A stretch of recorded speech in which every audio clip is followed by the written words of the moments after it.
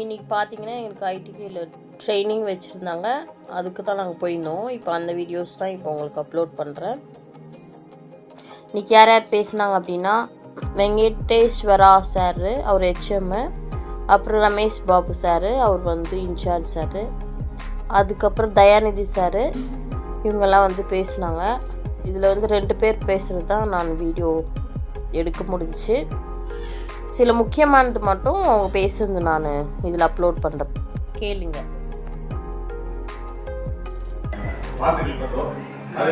சிறந்த முறையில் நீங்கள் செஞ்சதுனாலையும் அது ஒரு காரணமாக இருக்கலாம்.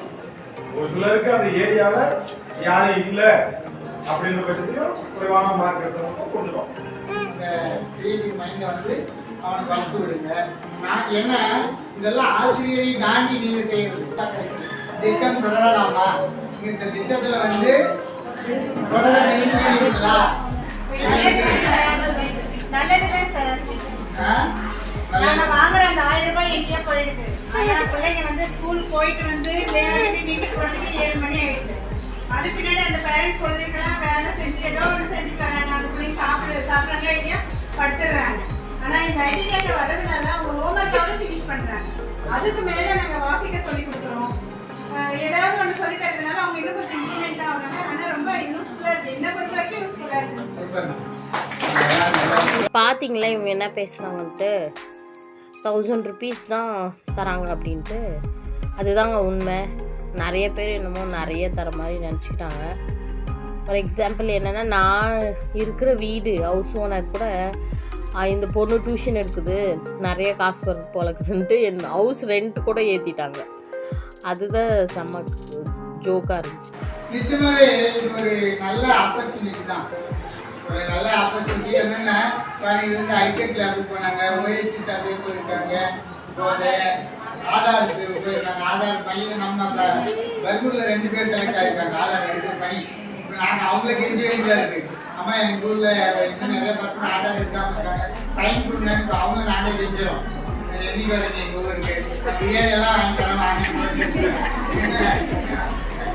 எங்கள் பசங்க நிறைய பசங்க ஆதார் எடுக்காமல் இருக்காங்க. ஏதோ ஒரு நன்மை செய்வோமே, ஒரு 4 பேர் வீடியோஸ் பார்த்து பயனடைக்குமே, கற்றுக்கிட்டுமே, நம்ம படித்தது வேஸ்ட் ஆகாது இல்லையா? அது ஒரு சாட்டிஸ்ஃபேக்ஷன் இருக்குல்ல, ஐயோ நம்ம படித்து வேஸ்ட் ஆகலன்னு. அது ஒரு பெரிய விஷயம். படித்து வீட்டில் இருக்கிறவங்களுக்கு கேட்டிங்கன்னா தெரியும். நீங்கள் நினைக்கிற மாதிரி அவ்வளோ சீக்கிரம் யூடியூப்லலாம் சம்பாதிக்க முடியாது. வந்து ரொம்ப கஷ்டம்தான்.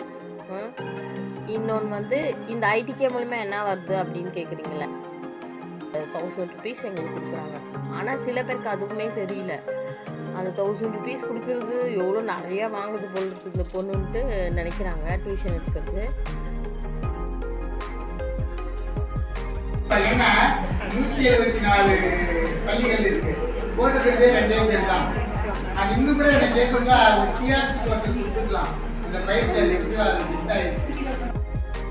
சில பேர் இருக்கிறாங்க, இவளுக்கு போய் என்ன சப்ஸ்கிரைப் பண்ணணும், இவளுக்கு போய் என்ன சப்போர்ட் பண்ணணும், நம்ம இதை சம்பாதிக்கிறான் நல்லா அப்படின்னு நினைக்கிறாங்க. அப்படிலாம் ஒன்றும் இல்லை. இவ்வளோ சீக்கிரம் வந்து யூடியூப்பில் சம்பாதிக்க முடியாது.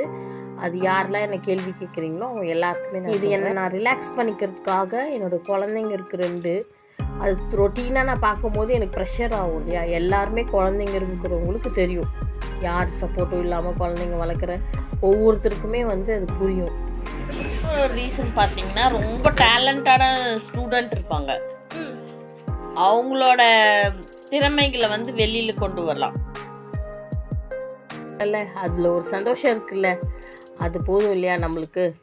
அதுக்காக தான் நான் இந்த யூடியூப் சேனலும் நடத்துகிறேன், இந்த ஐடிகேவும் நான் வந்து நடத்துகிறேன். தேங்க்யூ ஃபார் வாட்சிங் அண்ட் சப்போர்ட்.